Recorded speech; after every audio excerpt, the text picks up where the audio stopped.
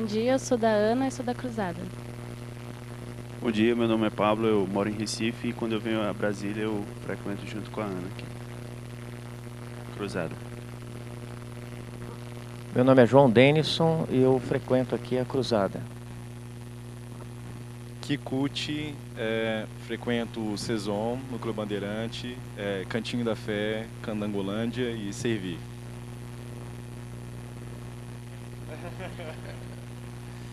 Lísias Ferreira, eu frequento a Alta de Souza, Candangolândia. Cleide, e a casa que eu frequento é a Cruzada. Eu sou Miriam, frequento o Centro Espírita André Luiz no Guará e Sociedade Cristã Francisco de Assis em Planaltina de Goiás. Meu nome é Débora, eu frequento o Centro Espírita André Luiz no Guará e Sociedade Assistencial Francisco de Assis na Estrutural. Sou Luiz Gustavo, frequento Alta de Souza na Candangolândia. Bom dia, pessoal. Pimenta, do Instituto Vida. Cristiane, Centro Espírita Assistencial Bezerra de Menezes, Sobradinho. Célia, Senol Gama. Joana Dark, sou da Cruzada. Roberto, Cruzada dos Militares Espíritas. Casagrande, Cruzada. Eu sou o João Flávio, da Servi. Bom dia, eu sou Elise, do CEA, que fica em Braslândia. Jeová, SEAC, Braslândia. Roberto já está ali. Então vamos começar com as nossas perguntas. Sempre a gente dá 3 perguntas. As perguntas são as mesmas. Sempre o que, o para quê e o porquê de alguma coisa relacionada ao tema, só para a gente realmente iniciar o debate. Então, quais são as nossas perguntas agora? O que é um relacionamento saudável? Isso também é claro, a gente fez a mesma coisa sobre a sexualidade, porque às vezes a gente tem conceitos na nossa cabeça que a gente acha que são únicos e universais, e a pessoa do lado tem outro conceito para a mesma palavra. E aí eu fico falando alhos, ela fica falando bugalhos, a gente acha que está falando a mesma coisa e estamos falando coisas diferentes. Então a gente precisa conceituar muitas coisas quando a gente coloca palavras que a gente crê que tem um conceito universal e nem sempre tem. Como o tema é relacionamento saudável, a gente vai conceituar, ou gostaria de colocar aqui conceitos, e podem ser conceitos diferentes. Eu posso entender que o Luiz trabalha relacionamento saudável, para ele é uma coisa, para a Célia lá é outra coisa. Ok, quando ele está falando disso, eu considero o conceito dele. Quando está falando, eu considero o conceito dela e a gente se entende. Dizem os espíritos lá no livro dos espíritos, o problema é que a gente não se entende, a gente cria palavras que não se entende. A gente precisa alinhar esses conceitos.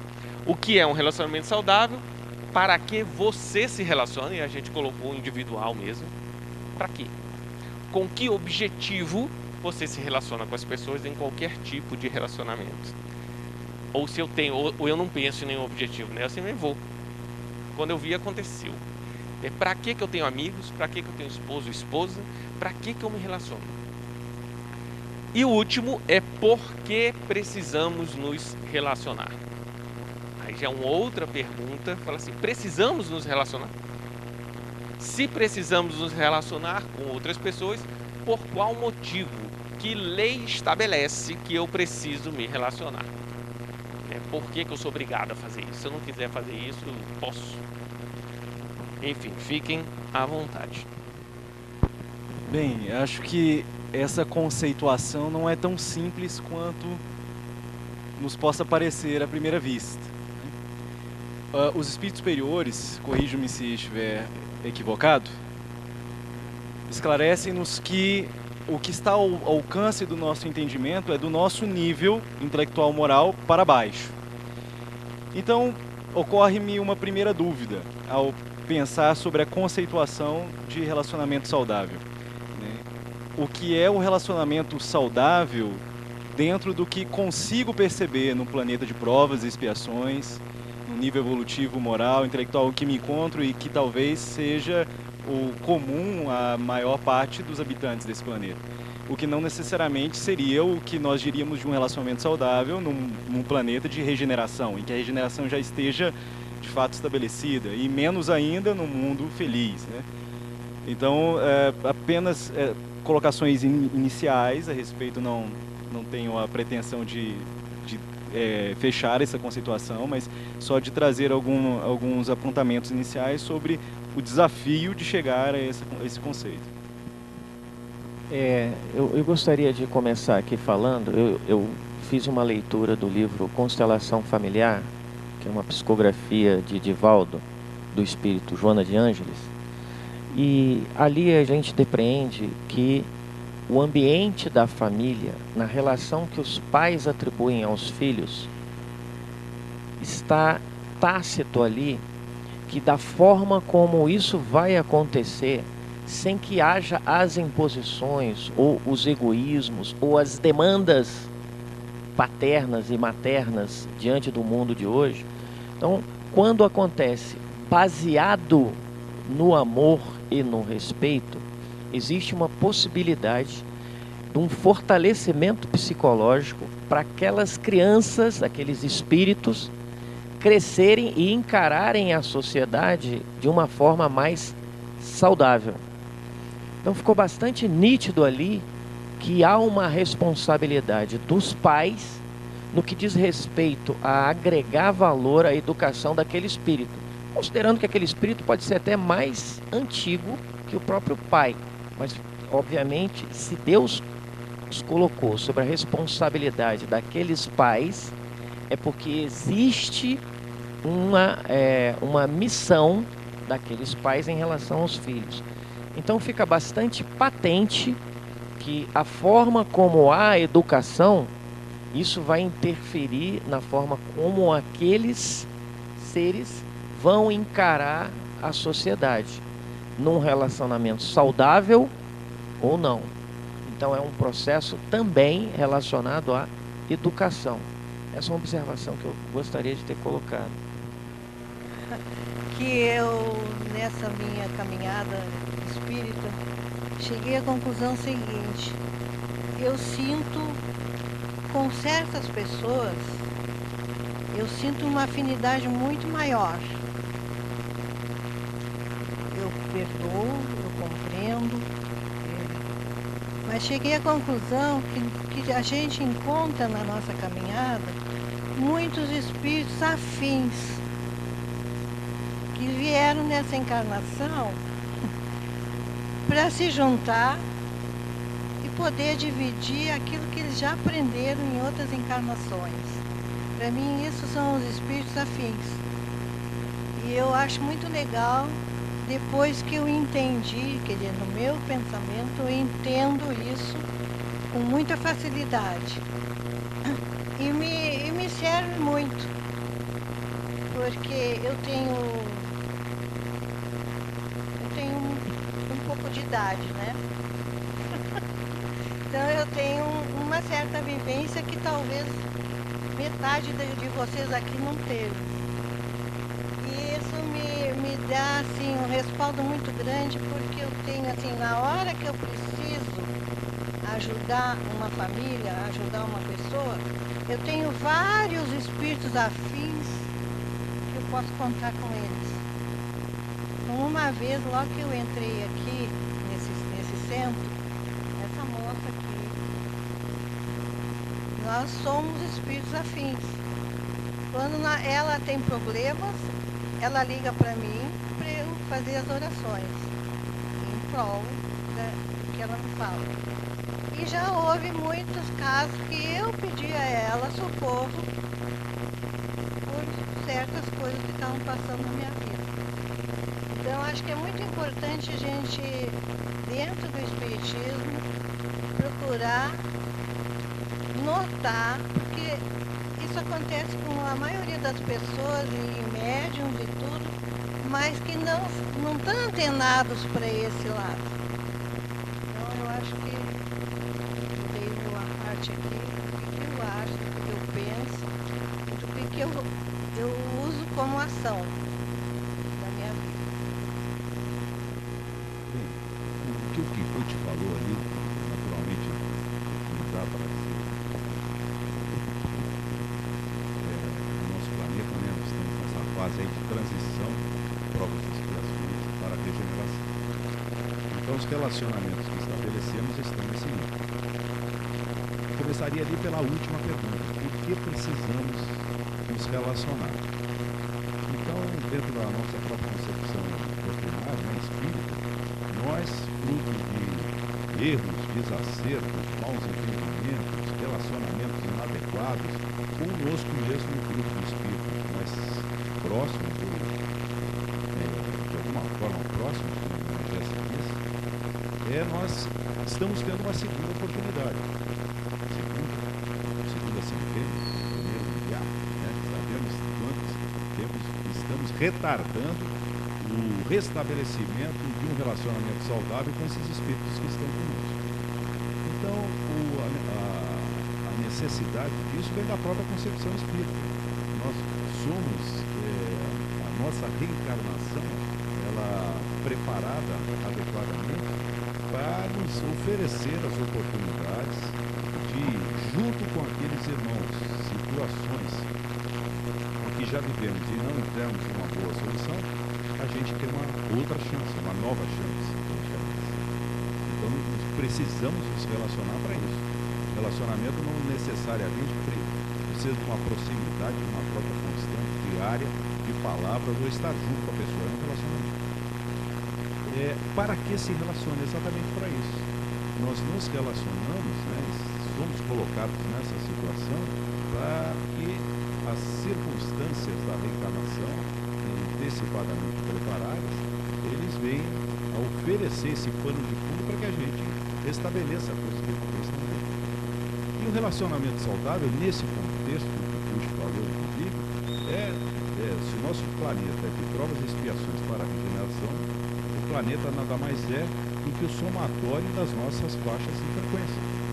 Então nós espíritos, estamos nessa faixa, provas e expiações para a regeneração.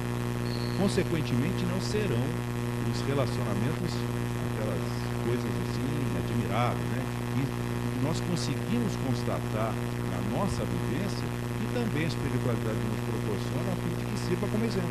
Olha, é possível sim. Nós vemos o Chico Xavier, por exemplo, é possível. Muitas coisas que acreditamos por nós, de grande dificuldade para ser executada, a gente tem os parâmetros periodicamente, a humanidade vem recebendo isso. Então, esse relacionamento saudável, nesse nível de provas e expiações, vai envolver muito conflito, sim. O fato do conflito não extingue a possibilidade do relacionamento ser saudável. Ele será saudável na medida que nós, entendo assim, que nós, conhecedores desse contexto em que estamos inseridos, nós vamos entender melhor as dissintonias, as faltas de harmonia que temos. A hora que eu entendo que aquele relacionamento é difícil, porque essa sintonia faltou, e com essa concepção que já tenho de espírito, eu falo, poxa, é aqui que está a oportunidade. Então, ainda que tenha avanços e desavanços, vamos assim chamar, um pouco lá, um pouco cá, ele será saudável se encontrar as soluções que nas outras encarnações ainda a gente não encontrou. Só quero pegar um gancho aqui no que o João colocou, né? Ele fala lá de filho e tal, aí a gente volta lá naquela, no triângulo, onde o Luiz colocou, né, o relacionamento eu, Deus e os outros, né? Esses obedientes nos falar com Nossa Senhora. Aí a gente vai para aquela questão, né? O que é um relacionamento saudável? Aí eu pergunto, como é que está sendo o nosso relacionamento saudável hoje dentro da família? Porque muitas vezes, eu quero colocar aqui, e acho que isso aí, às vezes a gente se torna até um pouco hipócritas. Tá? A gente sai e está num grupo igual esse nosso aqui, aí a gente, meu irmão, não sei o quê, é só amor. Aí chega em casa, a máscara cai, né? E outra coisa também, gente, que nós temos que ter muito cuidado com o advento aí, né, da lei, né, de tecnologia, Não que ela não seja importante, muito pelo contrário, ela é essencial para, inclusive, a nossa evolução. Só que, na minha opinião, minha singela opinião, está havendo uma inversão de valores aí. No que eu estou querendo dizer? Pais para com filho. Hoje, o que os pais têm feito para, vamos dizer assim, se livrar de uma responsabilidade dele, pai? O que ele faz? O filho está com alguma coisa, ele joga um tablet, joga um smartphone, ou põe o filho para ir ver TV, e ele fica... Aí é onde a gente vê ali, né, como é que está sendo esse meu relacionamento junto com meus filhos. Porque isso eu já me deparei, eu pergunto, mas fulano, qual é a atenção? Ele, Pimenta, eu estou o tempo todo com meu filho. Mas peraí, como é que você está com teu filho? Eu estou lá na sala, eu estou lá vendo minha televisão. Peraí, então você está de matéria, mas de espírito, aquilo que você realmente precisa, que para dar o carinho, o amor, a atenção para ele, você não está dando, você está deixando que outrem faça. Então não adianta a gente pensar que o meu relacionamento na minha casa espírita, no meu local de trabalho, na rua, está formidável. Se em casa, né, o relacionamento eu primeiro não está sendo efetuado. Então nós temos que ter muito cuidado com isso aí. Porque aí a gente fala, o relacionamento saudável, porque se relacionar, precisamos relacionar. Tá, mas antes da gente sair, vamos fazer o dever de casa, né? Eu deveria ser ouvinte, porque eu falo muito. E eu li as perguntas e fiquei analisando. Eu começo de mim para chegar na casa espírita, para chegar no trabalho. Eu trabalho com famílias carentes há 30 anos. Então a minha vida gira em torno... Então toda vez que eu vou pensar, eu levo lá para a minha comunidade. Mas eu começo no meu lar, como ele falou, porque é muito importante. É muito bonito a gente falar lá na casa espírita e não realizar em casa. E aí, o que é um relacionamento saudável? O relacionamento com os filhos, que é muito importante. Porque a gente veio e teve os filhos e a gente tem uma missão em cima deles. E eu tenho uma filha que a gente se bate muito, sabe? E ela diz assim, mamãe, a gente se bate porque a gente é igual. E aí a gente tem que parar para analisar, né? Eu digo, a gente é igual. Então a gente tem que aprender a viver com as diferenças. Um relacionamento saudável não é aquele em que um concorda com o outro, não. A gente tem que aprender a viver apesar das diferenças e respeitando as diferenças. Então, o relacionamento saudável, que eu acredito dentro da doutrina, é aquele em que a gente consegue conviver com o outro apesar das diferenças, respeitando as diferenças. Esse é o ponto mais importante. Deixa eu colocar 23. Vamos ler, depois a gente comenta um pouquinho, que eu acredito que entra no que a gente conversou aqui. Ela fala do relacionamento social como um todo, né? Eu com pessoas. Que aí depois a gente especializa para relacionamento com filhos, relacionamento com conjugais, etc. Diz o seguinte: o relacionamento social é de grande importância para desenvolver os valores que se encontram adormecidos nos refolhos do inconsciente, aguardando os estímulos que os fazem exteriorizar-se, e isso somente é possível na convivência com os outros indivíduos da mesma espécie. Na convivência com o próximo, o ser humano lima as arestas interiores e ajusta-se ao grupo, aprendendo que a sua perfeita sintonia com os demais resulta em produção e aperfeiçoamento moral para todos. O seu crescimento é conquista geral, o seu fracasso é desastre coletivo. Nesse mistério, portanto, descobre a beleza da harmonia que resulta da perfeita identificação com os componentes do conjunto. Quem duvide do valor da renúncia pessoal em favor do aperfeiçoamento do grupo social, observe numa orquestra qualquer instrumento que se destaque por exibicionismo, destoando da pauta musical, e teremos a tragédia do esforço de todos. Assim, portanto, há uma necessidade ética, psicológica, moral em favor do relacionamento entre as criaturas, particularmente quando este pode ser saudável. O que é que eu vejo do que a gente colocou aqui, né? E Joana traz de novo para eu comigo. A responsabilidade que eu tenho perante os outros é uma consequência, o relacionamento que eu tenho com os outros é uma consequência do relacionamento que eu tenho comigo, da minha visão de vida. E essa metáfora da orquestra eu acho fantástica, né? A orquestra, cada um é um instrumento diferente, com qualidades diferentes. Mas eu trabalho para a harmonia do grupo. E tem uma pauta musical, que são as leis divinas. Que cada músico, ou musicista, né? Mas uma vez me chamaram a atenção, que eu chamei de músico, não sei qual é o termo correto. Mas enfim, cada elemento daquela orquestra segue a pauta. E esse eu acho que é o grande desafio. O relacionamento saudável que a gente estava colocando realmente não é um isento de conflitos, só se a gente fosse perfeito. Não somos, e a minha falha vai atingir os outros necessariamente. O que eu vejo é qual é a minha postura, como que eu lido em relação aos conflitos que chegam, às falhas dos meus irmãos. A diferença das qualidades, porque eu tenho diferença nas qualidades e tenho falhas também, que vão me atingir ou me beneficiar, né? Dependendo de qual é a minha relação. E aí ela coloca daqui, chamando para nós, né? O relacionamento social é de grande importância para desenvolver os valores que se encontram adormecidos nos refolhos do inconsciente. Eu me relaciono para despertar potenciais em mim que estão adormecidos.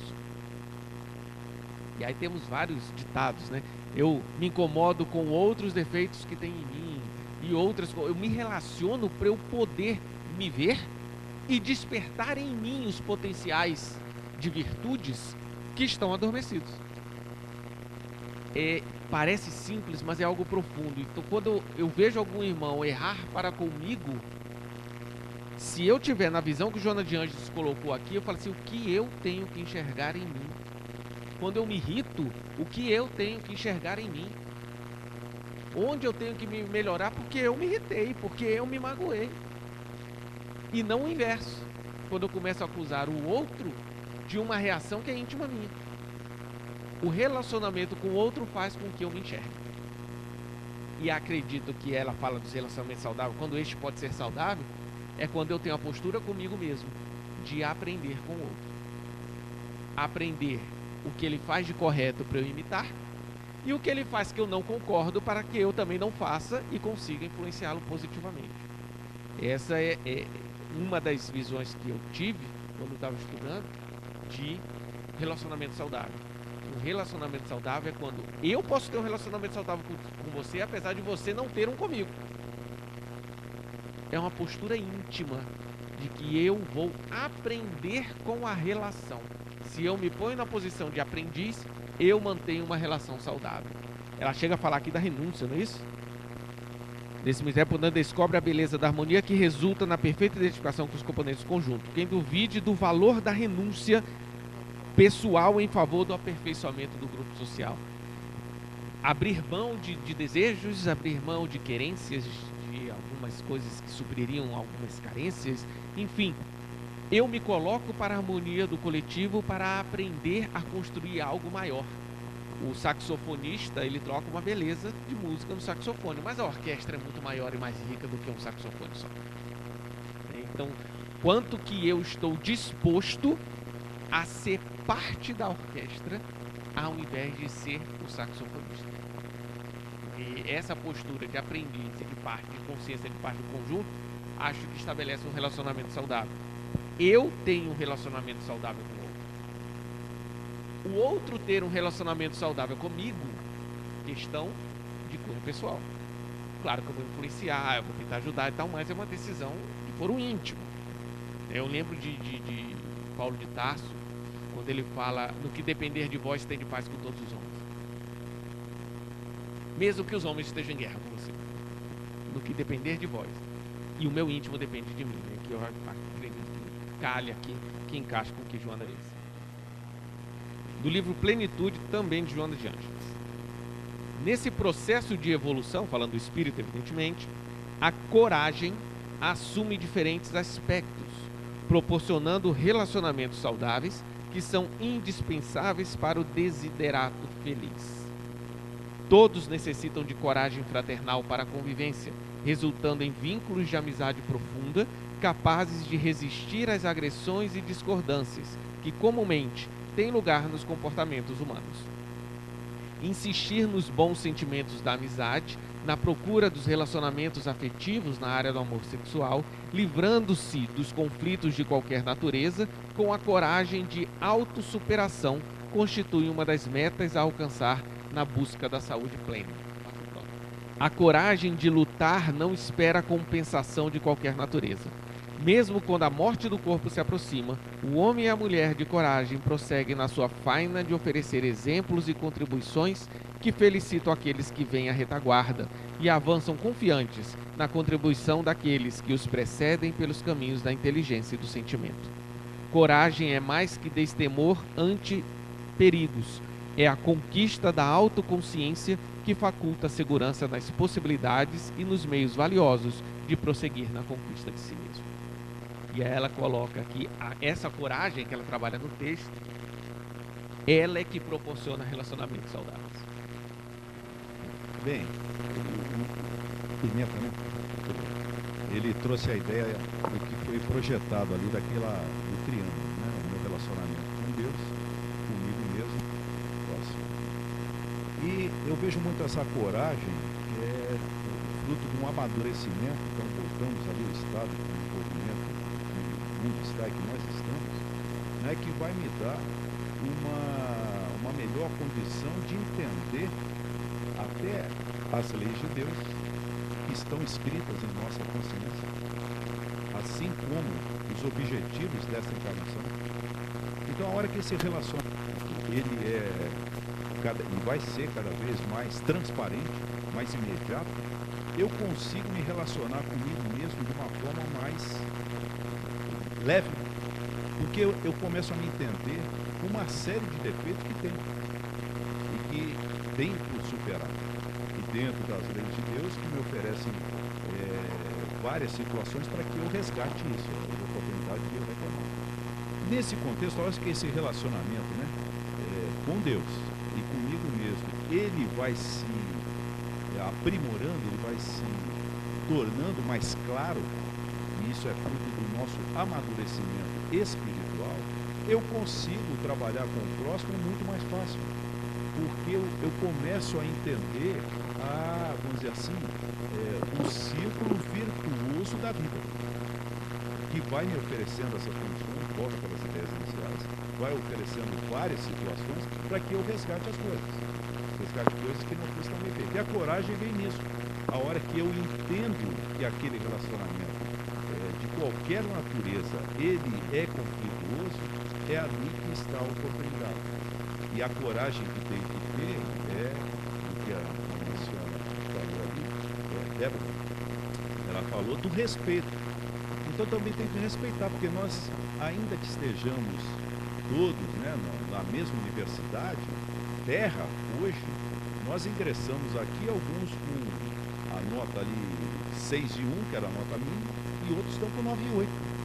Então o entendimento, ainda que a gente possa tratar das dificuldades de relacionamento, de entender o próximo, estamos ali entre 6 e 9, mas quem está com um relacionamento mais acima, então tem mais presente a relação com Deus, consigo próprio, ele tem que ter a coragem de esperar o outro chegar nesse nível.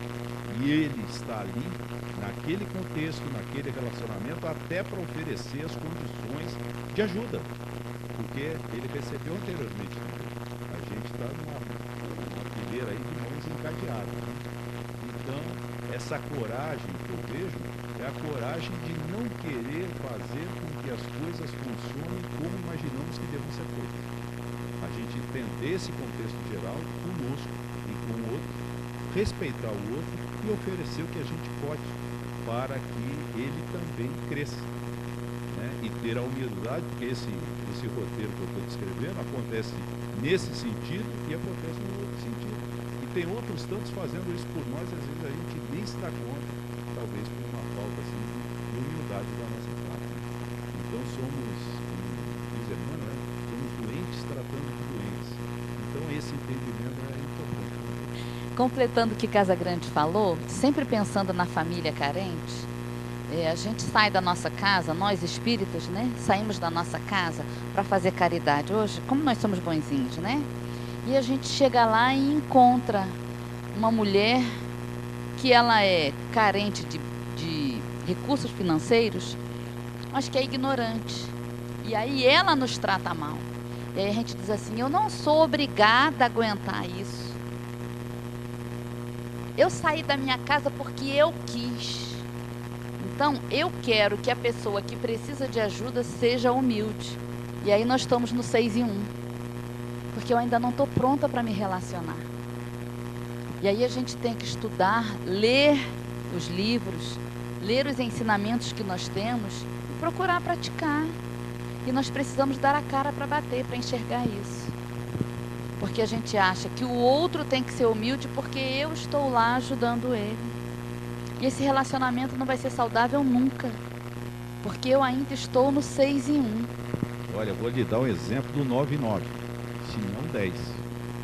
Ele estava do lado de outros dois e falou, Deus, perdoa-os porque eles não sabem o que fazem. E aí a gente tem que ter a humildade de reconhecer que nós precisamos melhorar. E que a qualidade do relacionamento está em nós suportarmos, está ali, ó, cadê? Coragem fraternal para a convivência. E a gente entender que a gente está na casa espírita, mas que a gente ainda não é santo, não. E que o outro vai pisar no pé da gente. E mesmo que ele não peça desculpas, que eu tenha a humildade de entender. Ele ainda é tão bruto quanto eu. Porque a gente tem o hábito de se elevar e rebaixar o outro. Como não poderia ser diferente, algo que estava há pouco presente na fala do Bruno também, nós vemos aí no pensamento da Joana o incentivo, a orientação, a explicação de que a responsabilidade sempre estará conosco, né? Dos nossos destinos, das nossas experiências, estará conosco. E aí eu acredito que isso é de fundamental importância no tratamento desse assunto e de quaisquer outros, quando nós nos percebemos num contexto histórico, social, em que há apelos a uma postura vitimista, auto-vitimista. Né? Então, dentro dessa postura, ter relacionamento saudável significa eu encontrar alguém que me proporcione esse relacionamento. Então, porque eu mereço. Mereço por quê? Enfim, os argumentos são variados. Né? Dentro da perspectiva que nos é apresentada pela Joana, esse merecimento, ele é conquistado. Eu vou merecê-lo pelo meu esforço, a cada um segundo as suas obras.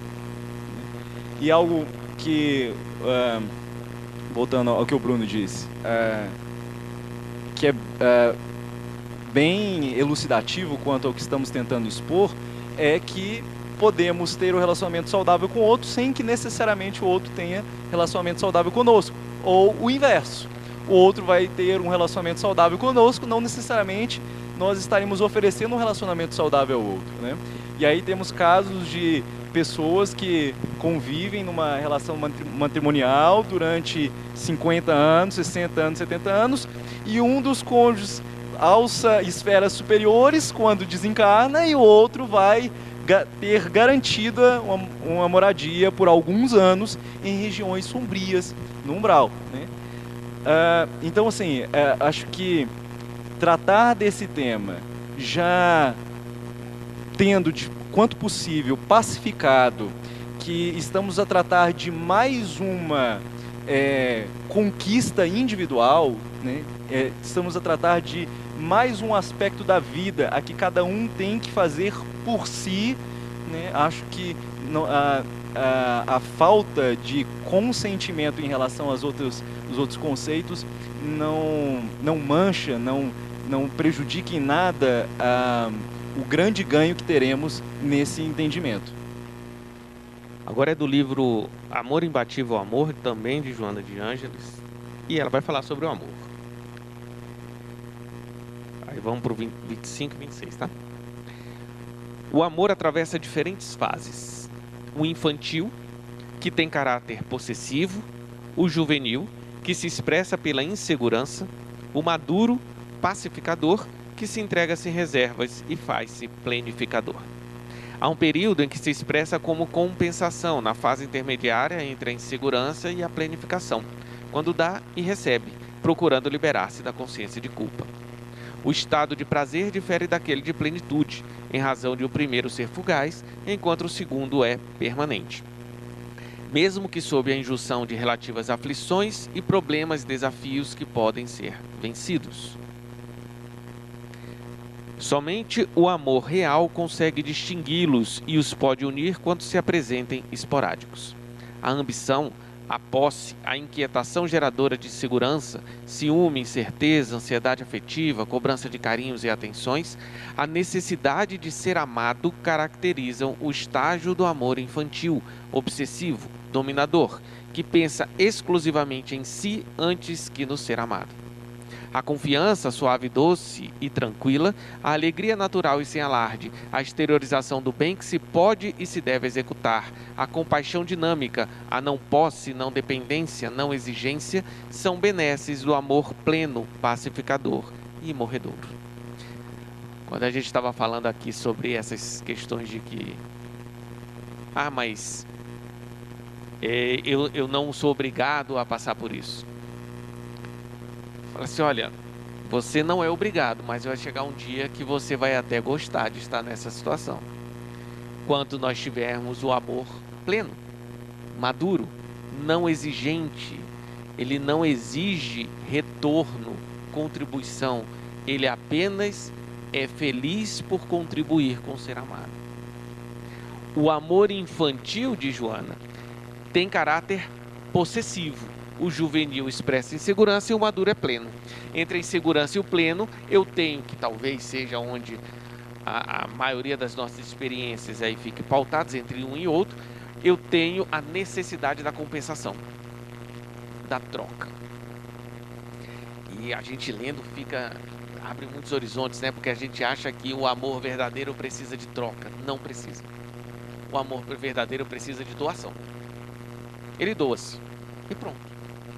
A troca, pela classificação de Joana, ainda é um estágio entre a insegurança, eu estou saindo da insegurança, que eu não me sinto seguro para ser amado, até chegar ao amor pleno, que é pura doação. E aí temos Jesus e outros exemplos menores que ele, que vieram ao mundo. Então essa questão de que eu não preciso passar por isso, talvez reflita este amor infantil que exige retorno, que tem a posse, que quer estar no comando, ou como ela diz aqui, que pensa antes em si do que no ser amado. Eu faço algo desde que as minhas condições sejam atendidas. E este amor não planifica. É o amor que planifica, eu faço algo desde que eu tenha condições de fazer. É completamente diferente. Eu não condiciono a minha ação a qualquer atitude que não seja eu mesmo. Isto é um amor pleno, pelo que eu entendi aqui, de Joana de Ângeles. Essa questão do amor eu acho interessante. Essa palavra, né? Amor no português costuma ter um problema, porque ela traduz 3 termos gregos, né? Quando eu explico isso, a questão do amor, no português você usa amor para o casamento, você usa amor para as relações cristãs, né? Mas no grego existe diferença. É o ágape para as relações cristãs, que é um amor caridade. Tem o eros, que é o amor conjugal, sexual. Tem o filia, que é o amor amizade. Tudo isso é diferente no grego, né? No português dá essa confusão. Às vezes você pensa assim, eu tenho que amar o outro. Mas amar como? Que eu vou perdoar tudo que o outro me faz num relacionamento de, por exemplo, eros. A distinção é a seguinte: o eros é aquele amor basicamente conjugal, né? Ele é condicional. Ele é, porque as relações conjugais elas têm um tipo de contrato. Você não vai entrar numa relação conjugal para ser completamente sugado, certo? Senão você nem precisa dela, como um Cristo, por exemplo, Aí você não entra numa relação conjugal. Quando não há necessidades mais, vamos dizer, mais carnais, afetivas. Agora, o filia, ele é mais amplo. É um amor, amizade ou amor familiar. Não tem a relação sexual envolvida, né? A atração. Ela é um amor, vamos dizer, menos condicional. O amor incondicional é o ágape, é o amor cristão. Esse se tem por toda criatura, se tem pelo inimigo, etc. Então é preciso fazer essa distinção, a meu ver, para que a gente não pense sempre numa relação conjugal, uma pessoa ser tiranizada. Claro que deve perdoar, talvez eu tenha me expressado mal, mas devemos perdoar tudo? Claro que sim. Mas devemos saber também nos colocar nas relações, não é isso? Porque a gente fala muito da renúncia, mas se a gente, numa relação, vamos dizer, como fala o Evangelho, em que um dos dois, seja o homem ou a mulher, né, se coloca como um tiranete do lar, as relações se constroem. Se você deixar e der asas, ele vai tomar o poder e vai pisar na cabeça do outro, vai só sugar o outro. É preciso uma relação de igualdade. E se aquela situação não está boa, muda a relação. Porque acabar a relação não tem jeito, né? Mas você pode passar do eros para o filia, vamos ver se amigo dá certo, senão vira concidadão, senão vira amor cristão, vira amor amor fraternal. Então, eu acho isso importante. Até comentando uma fala, né? Às vezes eu uma vez fui dar uma palestra ainda experimental no curso de oratória, e aí eu falei exatamente isso. Acho que o Pimenta comentou e outros, que a gente a gente vai para o centro, faz o bem, ama o próximo. Bonito. Aí em casa é onde você despeja os defeitos, né? Vira o ditador, enfim. E eu falava assim, é uma hipocrisia. Exatamente essa palavra. Você vai para o centro, faz o bem, aí em casa não faz. E eu fui repreendido na época, quando eu falei isso. Porque o meu, vamos dizer, o meu monitor, né, falou o seguinte: você fala isso numa palestra, você tá falando para pessoas que passam por isso. Você está chamando a pessoa de hipócrita, entendeu? E isso é perigoso, você está julgando o próximo. Às vezes, é o máximo que ela consegue, porque ninguém é perfeito. A gente está aprendendo. Às vezes está dando o máximo para ser bom, pelo menos no centro, né? Isso tem que ser compreendido. Claro, a gente tem que aprender no lar, mas às vezes a gente tem aquele verniz social, que é o começo do aprendizado. É você tentar forçadamente ser bom. Está lá no Evangelho, capítulo 5, que você primeiro vai pensar o mal e fazer o mal. É o pior estágio. No segundo momento, você vai pensar o mal, mas vai se conter. Já é um avanço. Você pensa, mas não faz. No último estágio mais avançado, você já nem pensa mais no mal. Mas isso é hábito. Isso não é assim, um estalar de dedos, né? Então, acredito que é preciso também haver essa compreensão dos defeitos do outro, de si mesmo, e avaliar qual é a relação possível ali. Se o conjugal não é possível, muda de relação, né? Para que a gente não fique só na renúncia constante, e aí naquele ambiente vira um verdadeiro inferno aqui na Terra. Bom, essa é a minha colocação. Antes da gente ir, eu vou colocar mais um, a gente faz a conversa e vai pro lanche, só para aproveitar a questão da diferença dos conceitos de amor, que Joana trata isso também. Tem muita coisa assim, a relação com a família, com os filhos, enfim. Só lembrando do nosso contrato lá de novo, né? Nosso objetivo é o porquê que isso acontece. É que às vezes a gente, essa questão da hipocrisia e tal, às vezes não é hipocrisia, é quando eu sei o que eu estou fazendo e finjo fazer outra coisa, né? Diferente da minha capacidade ou da minha incapacidade, enfim. Em casa, os nossos defeitos aparecem, os defeitos dos outros me atingem mais fortemente. Você tem espíritos que estão numa convivência reencarnatória muito mais efetiva do que aquele que eu encontro no meio da rua e desconheço. Enfim, tem uma série de contextualizações que muda a realidade. A realidade que eu vivo em casa não é a realidade que eu vivo fora. né, a exigência de disciplina que eu tenho dentro do lar, ela é muito maior do que fora. Então, dependendo do nível de exigência de disciplina moral, eu suporto. Passa daquilo, eu já fraquejo. Enfim, a gente tentar entender o porquê disso. Também tem comentários aqui a esse respeito sobre como que lidamos dentro de casa com essa exigência de disciplina moral. E é disciplina porque ainda não é espontâneo, né? Ainda não é natural, é disciplina mesmo. Eu tenho que me conter, eu tenho que... Não, eu sou cristão. Ah, mas ele tá me irritando, mas fulano sabe que... Não, ele sabe como me irritar, e sabe. Né? Irmão, então, sabe como irritar. E ele vai tocar na ferida. Né? Filho também. O meu ainda não chegou nesse estágio, tá pequenininho, mas tô me preparando para lá. Mas deixa eu colocar aí o 35 e o 36, que fala do Eros. Também do livro Amor Imbatível Amor, de Joana de Ângeles. E aí eu abro para vocês e a gente vai pro lanche. Colocou aí 35? O importante, porém, é que em nosso conceito pessoal, o amor transcende os desejos sexuais.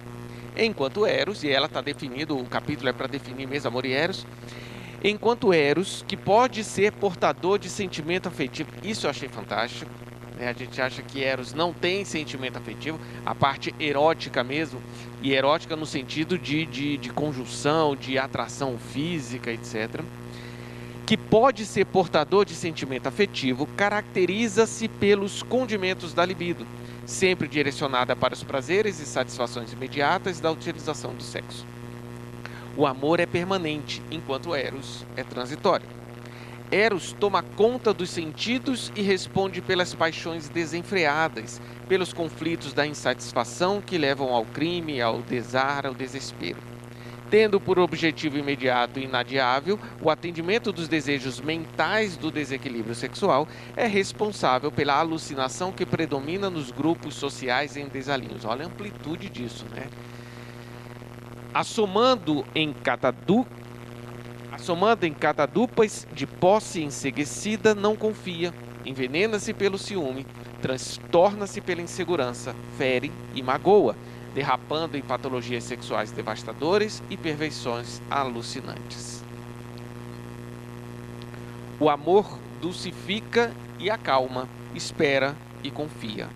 É enriquecedor e, embora se expresse em desejos ardentes, olha o outro conceito que ela está colocando. O amor pode se expressar em desejos ardentes, mas é diferente do interesse do Eros, que é imediatista,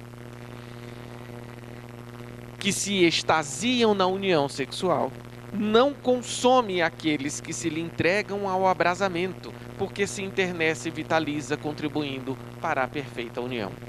O amor utiliza-se de Eros sem que se lhe submeta, enquanto esse raramente se uge do sentimento de pureza e serenidade que caracterizam o primeiro. Os atuais são dias de libido desenfreada, de paixão avassaladora, de predominância dos desejos que desgovernam as mentes e aturdem os sentimentos sob o comando do Eros. A questão é quem usa quem. O Eros, como atração física, como libido, ele é para ser ferramenta e não objetivo.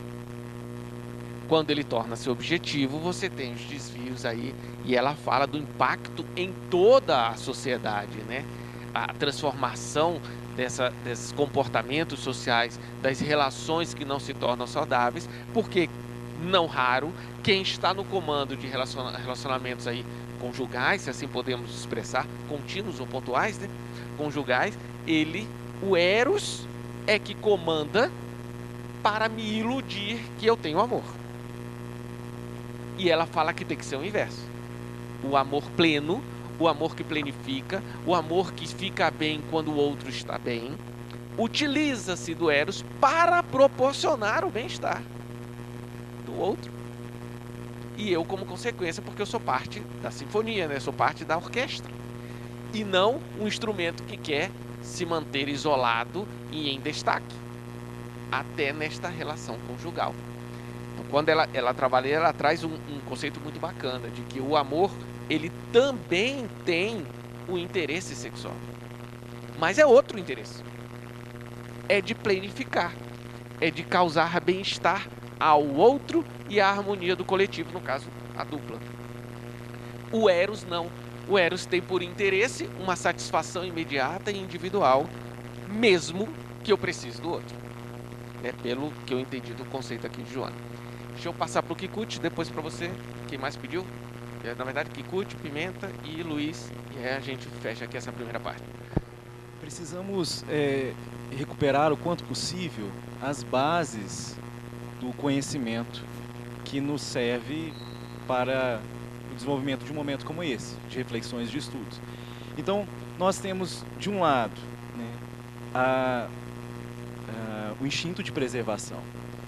E falar do instinto de preservação é comunicar-se lá com o que o nosso irmão Luiz disse sobre a nossa postura numa relação, poderíamos chamar de abusiva, em que há a presença de um tirano e partimos do pressuposto que, nesse caso, o tirano não somos nós, não estamos nós.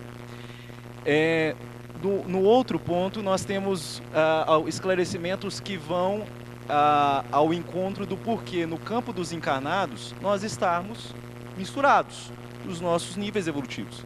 Então, enquanto vamos à nossa pátria espiritual e no nosso lar, a expectativa é que nós vejamos um padrão vibratório naquela cidade, onde todos ou a grande maioria dos habitantes estão comprometidos em permanentemente exercitar os seus pensamentos num padrão vibratório superior. Aqui no plano dos encarnados, há habitantes do nosso lar, que estavam lá até há pouco, e há outros que foram resgatados do umbral e estão aqui ombreando conosco. E aí, dentro desses esclarecimentos está que precisamos dessas trocas. Aí a gente recupera um dos textos que o Bruno colocou lá em slide, sobre a relação social, como isso nos desperta nas sementes divinas que temos em nós, que precisam germinar, precisam florescer, e o contato do superior, vou colocar aqui entre aspas, com o inferior, faz com que o inferior avance. E o superior também avança, seja reforçando aquilo que ele já tem consigo, seja abrindo horizontes para um crescimento que ele ainda não tem. E aí vamos desembocar no autoconhecimento, para que nós possamos, cada um de nós,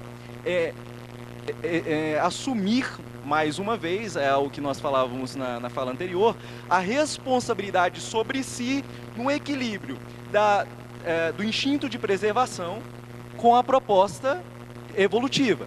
Eu posso estar num relacionamento com um tirano, inclusive voluntariamente.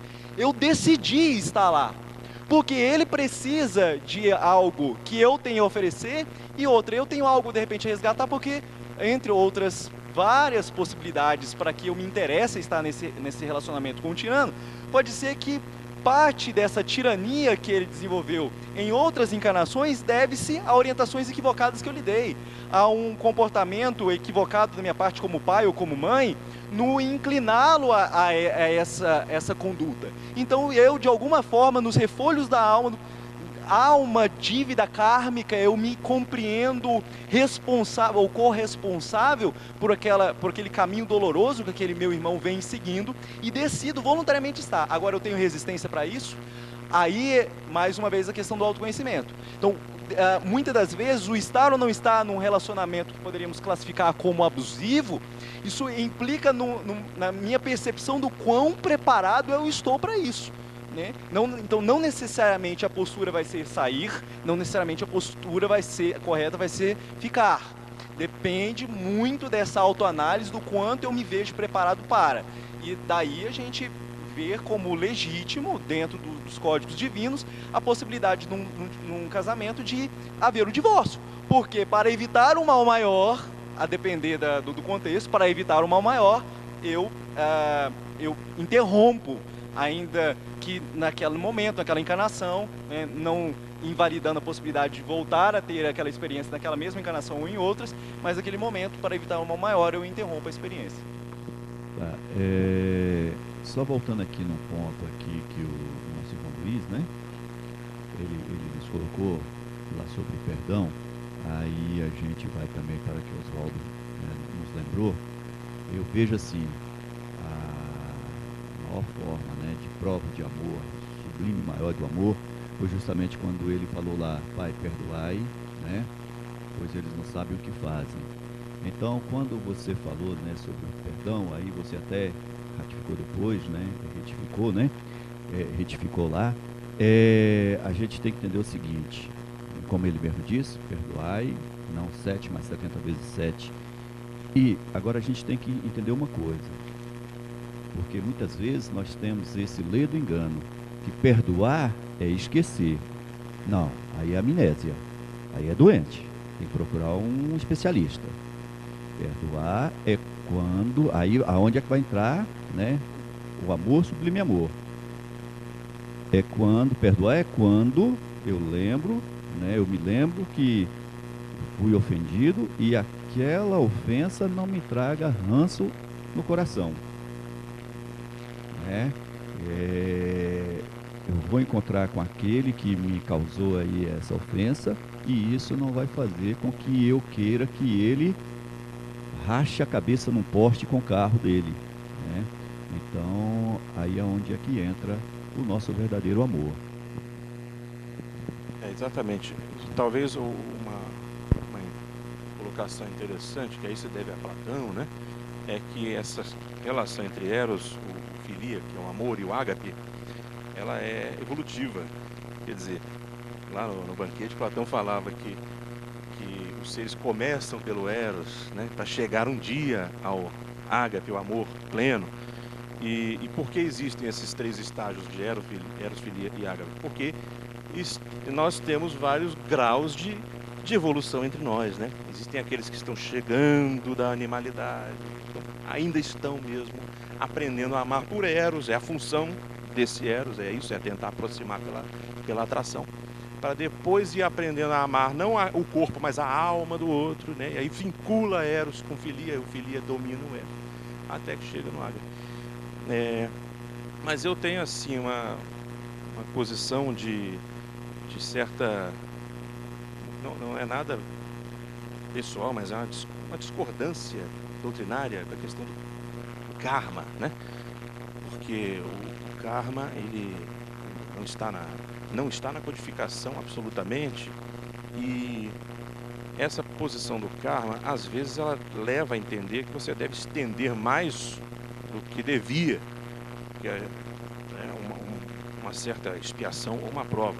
Na verdade, pelo que a gente lê no Céu e Inferno, principalmente, a função da expiação é só aprender, né? Não precisa estender mais do que já aprendeu, aquilo já te mostrou que é ruim.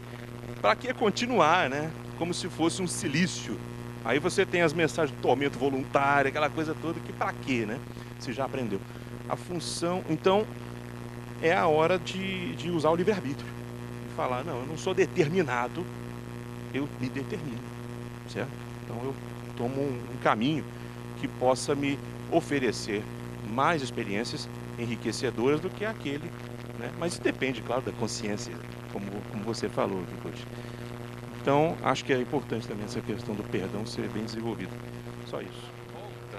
A gente vai colocar, tem umas coisas aqui que está na pauta, inclusive do autoconhecimento, que a gente passou aqui algumas vezes, tem reflexões aqui da Joana a esse respeito, e dessa renúncia voluntária que você falou, assim, quanto que eu estou preparado para isso ou não, eu acho que é bacana a gente colocar, porque é uma coisa que está muito atual, né? A gente está vendo alguns casos. E qual seria a nossa postura, ou quem trabalha aí em atendimento fraterno, quem trabalha com o próprio pessoal em sala, que chega, enfim, como que a gente diagnostica? E isso é o primeiro ponto, que é a nossa pauta aqui. O que está acontecendo? Depois eu dou a notícia, né? Depois fazer como é que eu vou chegar naquele irmão, porque aí eu preciso entender os paradigmas dele, eu preciso entender caso a caso, mas preciso saber o diagnóstico, assim, o que está? O que está por detrás de tudo isso? E tem uns textos aqui bem interessantes para a gente debater depois do lanche.